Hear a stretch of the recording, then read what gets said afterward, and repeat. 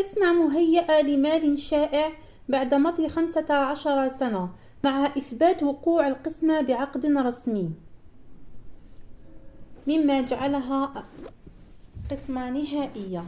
متى كان من المقرر قانونا أنه إذا دامت قسمة مهيئة للمال الشائع مدة 15 سنة انقلبت إلى قسمة نهائية ما لم يتفق الشركاء على غير ذلك.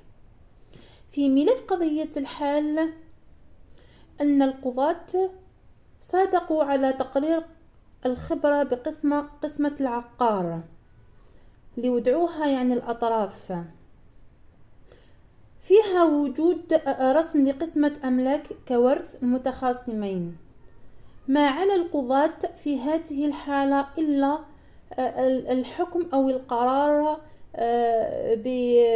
بتكريس هذه القسمة.